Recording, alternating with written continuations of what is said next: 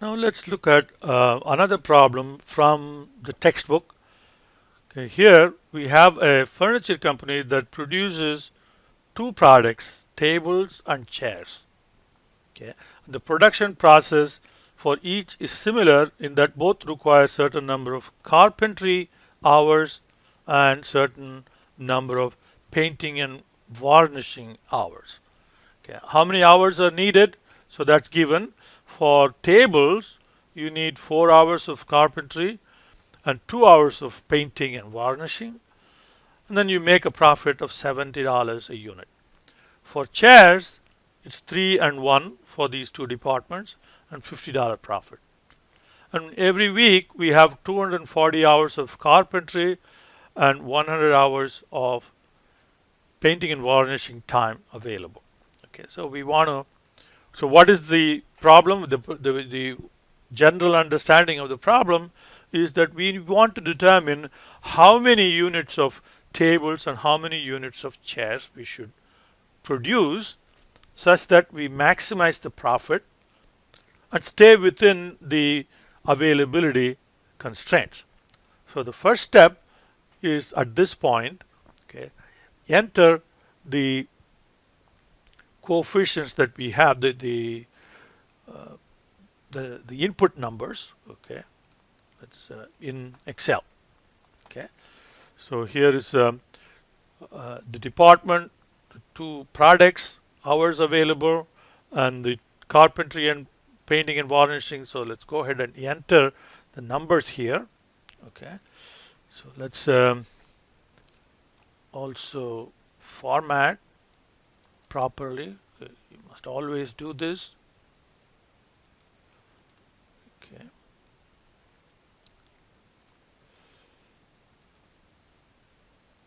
Okay, your spreadsheet should look professional, not shabby. Okay. All right, so this is currency. Now we need to decide how many units of tables and chairs we have to produce. So that's our decision variable. So one cell for each product, and we'll use the color code, that one. Okay. So now we can set up the resources. What's available is coming from there. Okay. So what's available is 240 and 100. Hours used, remember we must use some product. Okay, so that's what we need for each table and each chair. Okay, and that's the number of tables and chairs we will be producing. So for us to be able to copy this formula for painting and varnishing, that must be made absolute reference. Okay, so now click enter.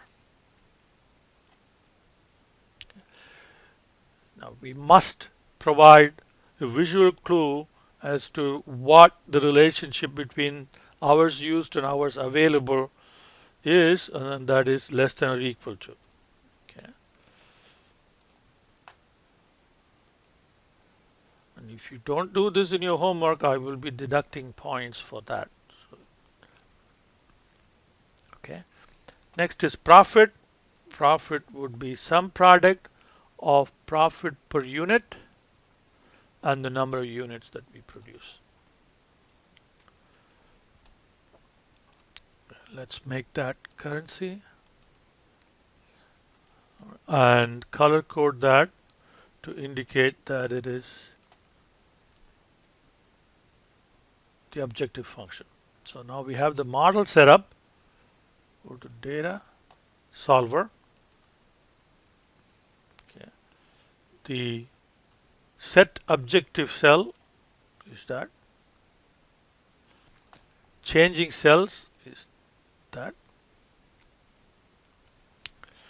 And we have only one set of constraints. That's that, less than or equal to that. Click OK. Again, make sure that that's checked for non-negativity. and the method is selected for simplex LP. And options, of course, at this point it's not necessary, but when we get to integer, you must look at the options as well and change this if needed. All right, so now we can solve. All right, so that's the answer. Now let's get sensitivity report. Okay, we won't bother with answer report. Okay, so we have the sensitivity report here, but before that, let's look at slack. So slack is what is available minus hours used. Okay, here again I have a typo.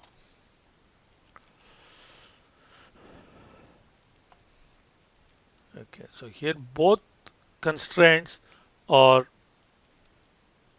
binding, non-binding, or binding. Both constraints are binding because the slack is 0.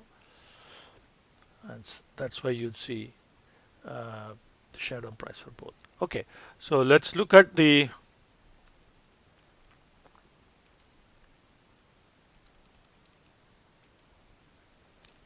sensitivity analysis. So I'll copy paste this lower and upper limits from sensitivity report 1. Okay.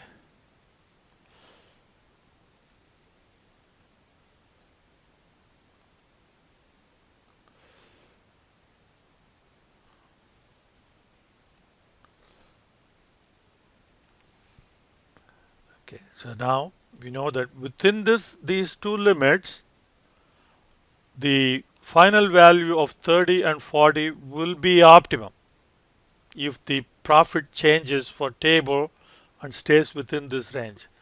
And for chairs, this is the range within which the production quantities will be the same, 30 and 40, but profit will be different. But when it comes to shadow price, okay, the sensitivity analysis for constraints, the validity of the upper and the lower and the upper limits is not for the final values, but only for shadow price. Okay, so if hours used in carpentry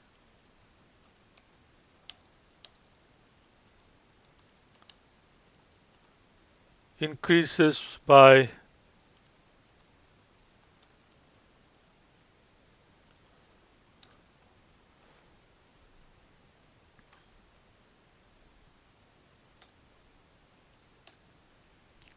50 hours, then the units produced will be different because now you have more hours.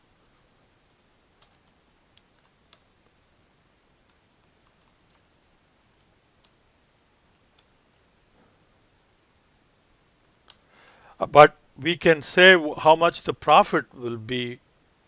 Profit will increase by what? 50 hours times the shadow price of $15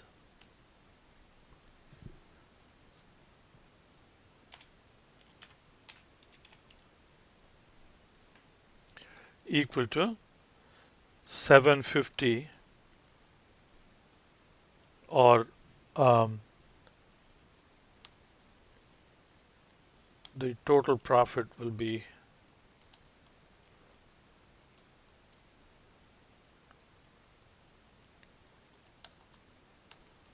will be 4100 plus 750 equal to 4850. So the current profit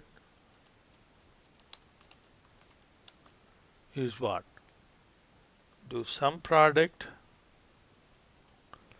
of the final values and the objective function coefficients.